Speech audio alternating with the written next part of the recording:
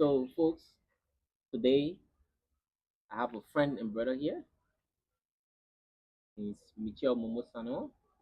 He's the author of one of the most talked about books, The Beautiful but Despised, The Paradox of Liberia's Poverty.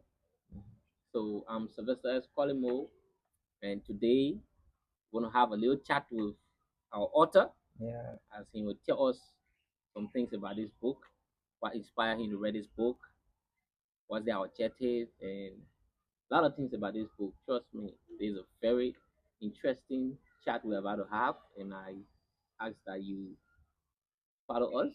So, Mr. Sano, so how are you, sir? I'm doing great, bro. That's good. So, firstly, I want to say I'm so proud of you. Thank Yeah, you.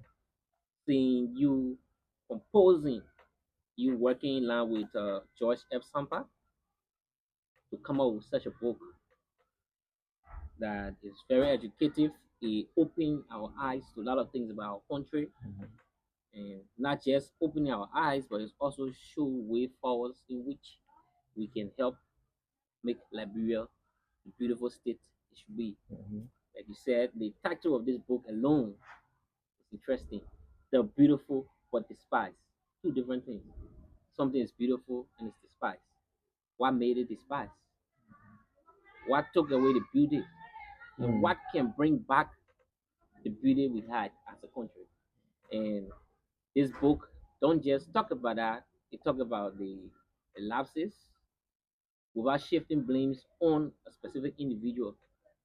It talks about we as the people being responsible. It Mhm. talks about government having a part to play, external forces having their part to play as well. Mhm. And also the authors went ahead and giving way forwards through which we can help maintain the beauty of the state. So, Mr. Sano, once again, welcome. Thank you for having me. Yeah, so going through the book, I was concerned. It's like, Okay. what really inspired you to compose such a thing about our country? Okay. So I'm happy to be here. I'm happy that you invited me over to have this Pleasure, kind of brother. conversation. Yeah, And before going further, let me extend my thanks to you as well because you've been helpful throughout the entire process of writing this book. Joyce and I very much grateful. Yeah, you extended your financial support to us as well as your academic support. You also did some reviews while we're in the writing process. family, bro. So thank you. So what inspired me to write this book? So Liberia is a very beautiful country. We have a lot of things to our potential that should make us great. For example, we have very good natural resources. We have golds and diamonds, and we have rubbers. We have, a land space that is a perfect percentage for almost, every crop of the world. That means almost all of the world crops can probably grow here. So we have all of these beauties. We have even the human potential. We have a very youthful population. Yeah. But despite all these, we are still very much poor.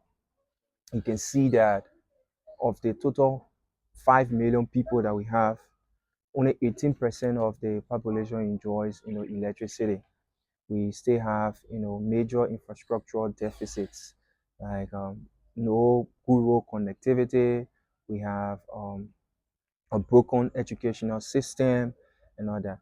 So the question that came to Joyce and I was, why do we have everything that we need to make progress, but then we are not making progress? So we decided to write this book to talk about some of our most critical problems.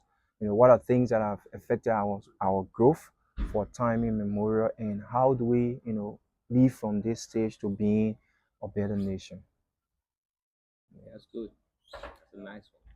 So, it was noticed that you and your co-author, Miss Sampa, you guys didn't just outline the province, mhm, but you guys came up with solutions, way forwards that when it's taken into consideration, mhm, when it's being acted upon, Liberia can be another great state, like mhm, all those countries that are prospering around here. mhm. So what was it that led you guys to be not just shifting blames, but instead you helped in solving the problems?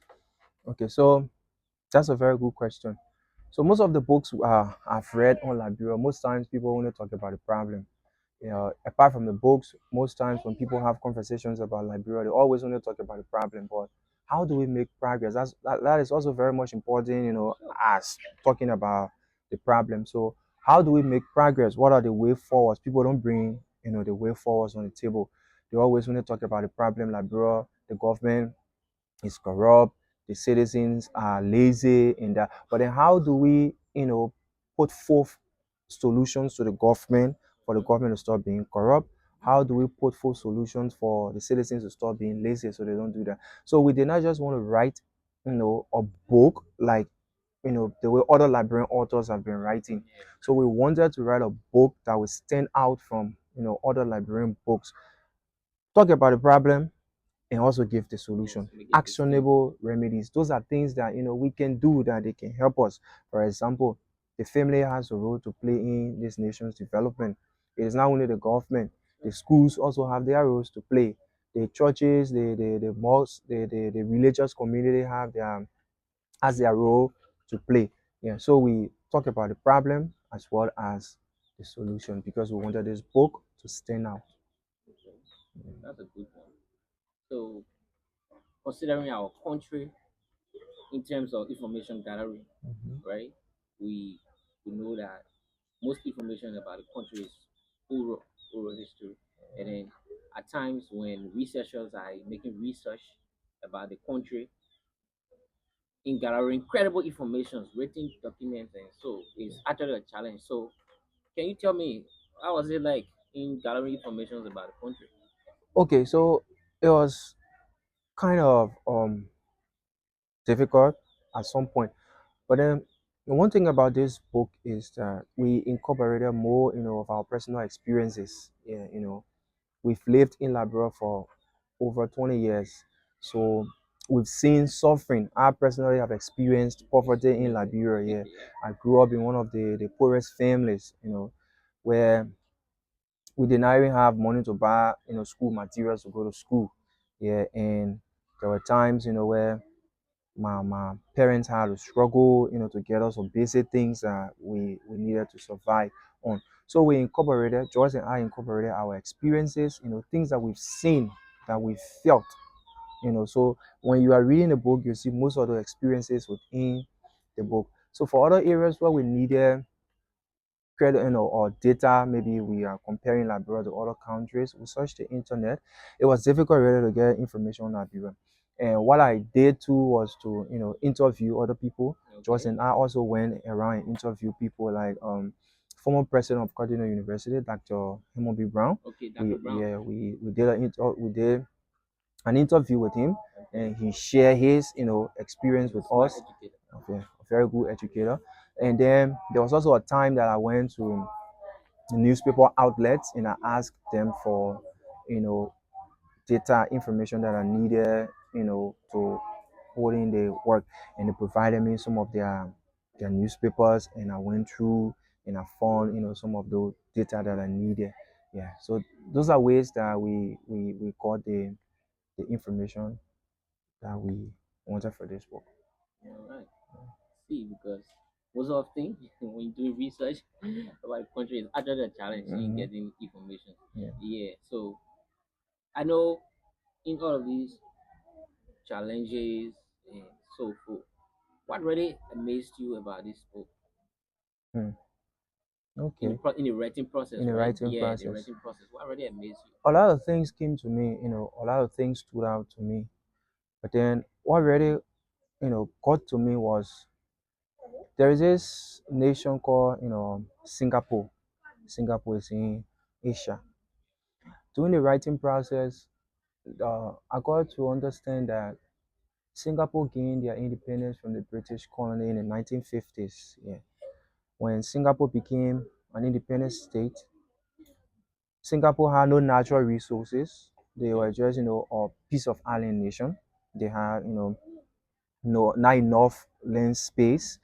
Their illiteracy rate was so high, over 50%.